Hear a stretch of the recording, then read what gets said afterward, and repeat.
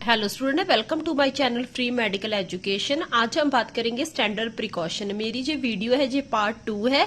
एक थी पार्ट 1 जिसमें था हॉस्पिटल एक्वायर्ड इन्फेक्शन, उसकी प्रॉपर डेफिनेशन। बिल्कुल इजी टॉपिक है, वो भी आप विजिट कर सकते हो मेरे चैनल को और देख सकते हो। तो उसमें उसके मोड ऑफ ट्रांसमिशन है, सोर्स है, टाइप्स हैं। तो आज हम बात करेंगे prevention of hospital acquired infection. इसमें फर्स्ट आ गया स्टैंडर्ड प्रिकॉशंस।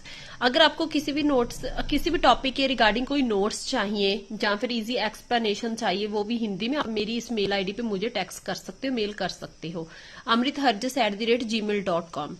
तो स्टार्ट करते हैं video. Standard precautions are infection control guidelines that are used in hospitals to reduce the spread of pathogens between patients and health care workers. These includes protect from blood, body fluids, non-intact skin and mucous membrane।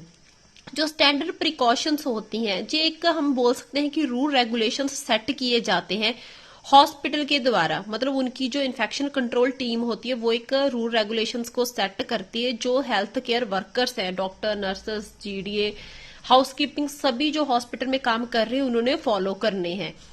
वो क्यों follow करने, ताकि hospital acquired infection के chances कम हो, जो infection है वो कम से कम स्प्रेड हो। तो हमने किस किस चीज से प्रोटेक्शन के लिए ये स्टैंडर्ड प्रिकॉशंस फॉलो करनी होती है। जैसे किसी पेशेंट का ब्लड हो गया, बॉडी फ्लूइड्स आ गए, स्किन होगी, म्यूकस मेम्ब्रेन से प्रोटेक्शन। सभी मतलब कोई पेशेंट है उसका इन्फेक्टेड ब्लड है, जैसे कि वो HIV का पेशेंट है, हमने क्या क्या स्टैंडर्ड प्रिकॉशंस फॉलो करनी है कि हम उसके ब्लड के कॉन्टेक्ट में ना जाए। तो फिर आगे standard precautions are a set of infection control guidelines designed to reduce the transmission of harmful micro organism by adhering to these guidelines.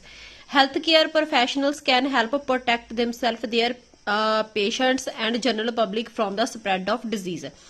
तो स्टैंडर्ड प्रिकॉशंस एक सेट होता है रूल रेगुलेशन गाइडलाइंस का, जिनको हमने फॉलो करना है ताकि जो कोई भी जो हार्मफुल माइक्रो ऑर्गेनिजम्स है, कोई वायरस है, बैक्टीरिया है, वो स्प्रेड ना हो, ट्रांसमिट ना हो एक पेशेंट से दूसरे पेशेंट तक। हमने हेल्थ केयर जो वर्कर्स है उन्होंने इस रूल रेगुलेशंस को फॉलो करना है और फिर काम करना है। इसमें पेशेंट को तो मतलब फायदा होगा ही, क्योंकि कई पेशेंट्स ऐसे होते हैं जिनको हॉस्पिटल एक्वायर्ड इन्फेक्शन हो जाती है, इतनी सिवियर हो जाती है कि उनकी डेथ भी हो जाती है, क्योंकि ऑलरेडी उनकी इम्यूनिटी कम होती है, वो किसी न किसी बीमारी से हॉस्पिटल में एडमिट हुए होते हैं। तो हमने उनके पेशेंट्स को तो हमने प्रोटेक्ट किया, खुद को भी प्रोटेक्ट करना है और उनके रिलेटिव्स को, और एज वेल एज जो जनरल पब्लिक आ रही है उनको भी प्रोटेक्ट करना है कि कोई इन्फेक्शन उन तक भी ना फैले। तो इसके कुछ कंपोनेंट्स होते हैं जिनको हमने फॉलो करना होता है, जैसे कि hand hygiene, PP, personal protective equipment, patient care equipment, और सबसे ज्यादा मोस्ट होता है जो needle stick and sharp injury prevention, जो बहुत हॉस्पिटल्स में होती रहती है। इससे बहुत इन्फेक्शन है जो ज्यादातर हेल्थ वर्कर्स को फैलती है। पेशेंट प्लेसमेंट, तो इनको वन बाय वन डिस्कस करेंगे। फर्स्ट आ गया hand hygiene. Hand hygiene is perhaps the most important aspect of standard precautions. Health care workers must clean there hands before and after every patient interaction, as well as after any contact with the blood, body fluid or contaminated surfaces। तो hand hygiene बहुत important होती है। अगर कोई भी health worker है hospital में कोई भी हैंड हाइजीन को पूरा प्रॉपर फॉलो कर रहा है तो हॉस्पिटल में इन्फेक्शन के चांसेस ऑलरेडी बहुत कम हो जाएंगे, क्योंकि पुअर हैंड हाइजीन की वजह से हॉस्पिटल में बहुत इन्फेक्शंस फैलती हैं। तो अगर हमने पेशेंट का कुछ भी काम किया, हमने हमेशा उसको टच करना, उसको मतलब अगर हमें कोई प्रोसीजर करने से पहले इवन छोटा सा प्रोसीजर ही क्यों ना किया, जैसे हमने उसका बीपी चेक किया, ब्लड प्रेशर वगैरह, जब पल्स चेक की, तो हमने पल्स चेक करने से पहले और आफ्टर पल्स चेक करने के बाद भी हैंड हाइजीन करनी है। Alcohol based hand sanitisers are typically used for routine hand hygiene, while soap and water must be used, hands are visibly dirty और contaminated। तो एक होता है हैंड रब करना, वो अल्कोहल बेस्ड हैंड सैनिटाइजर्स ही हमने यूज करने हैं। हैंड रब हम कब कर सकते हैं, जब हमने जैसे कि पेशेंट का ब्लड प्रेशर चेक करने से पहले हमने हैंड रब कर लिए, क्योंकि वो कोई इंटरनल प्रोसीजर तो है नहीं, सुपरफिशियल प्रोसीजर है, हमने पेशेंट की आउटसाइड बॉडी को तो टच करना है, तो तब हमने करने हैं हैंड रब जो अल्कोहल बेस्ड होने चाहिए। और आफ्टर बीपी चेक कर लिए उसके बाद भी हमने हैंड रब करने हैं। तो हैंड वॉश कब करना है? जब हमारे हाथ पे कुछ विजिबली सोर्स ऑफ इन्फेक्शन दिख रहा है, जैसे किसी पेशेंट का ब्लड लग गया, पेशेंट का हमने सैंपल लिया, सैंपल लेने के बाद भी हैंड वॉश करने हैं और उससे पहले भी हमने हैंड वॉश करके ही ग्लव्स को पहनना है। तो फिर आगे 5 movements for hand hygiene. 5 movements जो मेन होती हैं, कब कब हमने हैंड हाइजीन को मेंटेन रखना है। तो 5 मूवमेंट्स कौन सी हैं हैंड हाइजीन की? फर्स्टली हमने before touching a patient, patient का हमने कुछ भी काम करना है, इवन कि उसको मेडिसिन देनी है या फिर कुछ हमने पानी का गिलास भी उसको पकड़ाना है, उससे पहले भी हमने हैंड हाइजीन मेंटेन रखनी है। फिर आ गया before clean and aseptic procedure. अगर हमने कोई भी प्रोसीजर करना है, जैसे कैथेटराइजेशन करना है या फिर कुछ सैंपल लेना है, उससे पहले भी हमने हैंड वॉश करने हैं। फिर आ गया थर्ड पॉइंट है after body fluid exposure risk. तो अगर हमने जैसे पेशेंट का हमने यूरिन बैग को टच किया, आप इमेज में देख सकते हो, हमने उसका यूरिन बैग टच किया जिसमें कि हमें पता है कि कुछ पेशेंट की बॉडी का फ्लूइड है, उसके बाद भी हमने हैंड वॉश या हैंड रब करने हैं। फिर फोर्थ पॉइंट आ गया after touching a patient. Even हमने पेशेंट को टच किया, हमने बीपी वगैरह चेक किया, पल्स चेक की, उसके बाद भी हमने हैंड रब या हैंड वॉश करने हैं अकॉर्डिंग टू सिचुएशन। फिफ्थ आ गया after touching patient surroundings. Even हमने अगर हमने पेशेंट का कुछ प्रोसीजर भी नहीं किया, हमने उसका बीपी पल्स भी नहीं चेक किया, कुछ भी नहीं किया, उस इवन हमने पेशेंट की सराउंडिंग एरिया है जो उसको टच किया, इवन पेशेंट के बेड को भी टच किया, उसके आईवी स्टैंड को टच किया, फिर भी हमने हैंड वॉश करने हैं। सेकंड पॉइंट आ गया PPE, personal protective equipment. Personal protective equipment में आगे कि हमने अपनी होल बॉडी को पूरा कवर करना है, पूरे प्रोटेक्टिव जो मेजर्स हैं उनको फॉलो करना है। इसमें क्या क्या आ गया, जैसे कि कैप आ गया, goggles, face shield, N95 mask या surgical mask, shoe cover, gown, ये सारी थिंग्स हैं हमने वेयर करनी है जब भी कोई पेशेंट है वो बहुत ज़्यादा इन्फेक्टेड है। फॉर एग्जांपल जैसे कोविड-19 पेशेंट्स में, या फिर ट्यूबरक्लोसिस का पेशेंट है, कोई भी सीरियस रेस्पिरेटरी उसको कोई ऐसी इन्फेक्शन है जो मतलब ईजिली स्प्रेड हो सकती है, तो हमने जिस सारी प्रिकॉशंस को फॉलो करना है।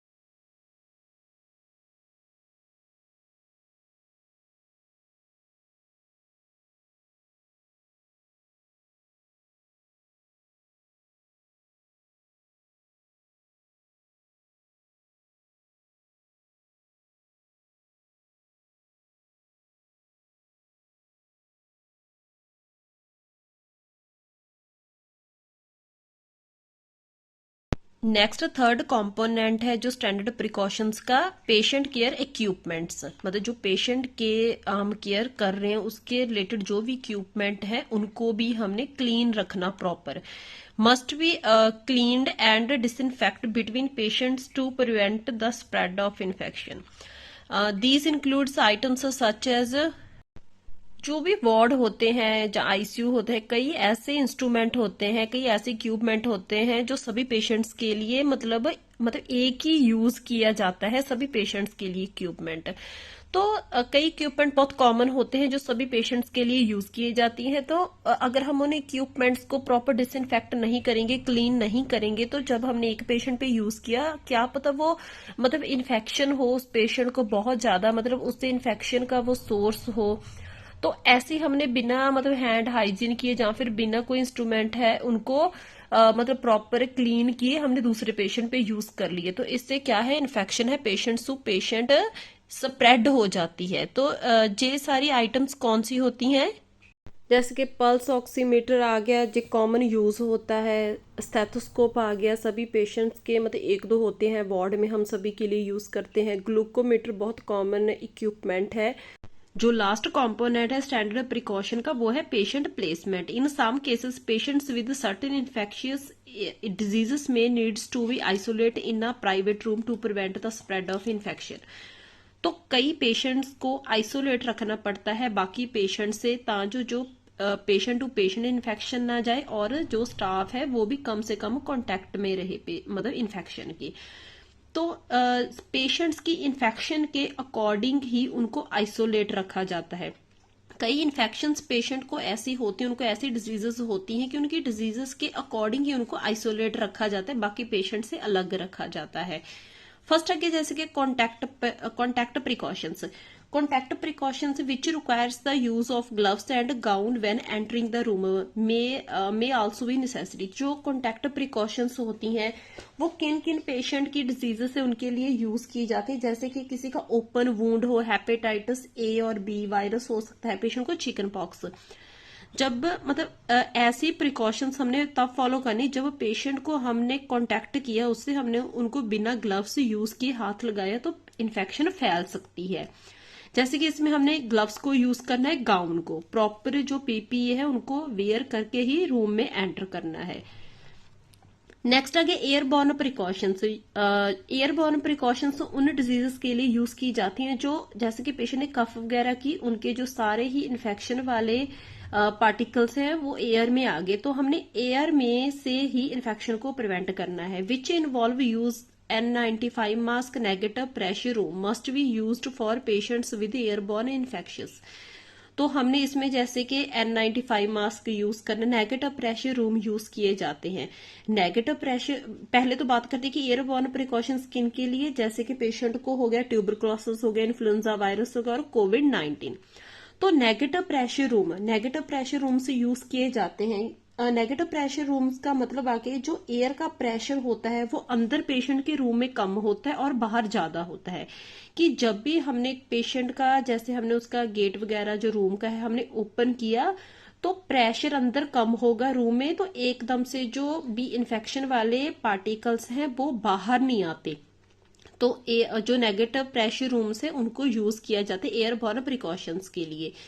तो इसमें जे मतलब एक्सप्लेन किया गया है कि हमने पेशेंट की इन्फेक्शन के अकॉर्डिंग ही उसको आइसोलेट रखना है, उसके अकॉर्डिंग ही हमने पीपीई है जो भी मास्क, ग्लव्स, गाउन है उसको सिलेक्ट करना है। हमने उस स्पेशल इन्फेक्शन में जो भी पीपीई है वो हमें मतलब इन्फेक्शन कंट्रोल वाले जो है उन्होंने हमें मतलब एजुकेट किया है, उसके अकॉर्डिंग हमने जो भी पॉलिसीज हैं, रूल रेगुलेशंस हैं उनको फॉलो करके हमने वियर करने हैं।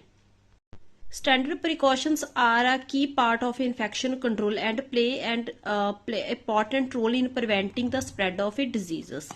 तो वी ऑल आर नो कि जो भी हमने अभी तक स्टैंडर्ड प्रिकॉशंस पर रीड की हैं, जैसे कि पेशेंट प्लेसमेंट आ गया, पेशेंट को अकॉर्डिंग टू इन्फेक्शन हमने सेपरेट रखना, आइसोलेट रखना है, नीडल स्टिक इंजरी से हमने कैसे प्रिवेंट होना है, खुद को भी मतलब बचाना है और पेशेंट को भी बचाना है।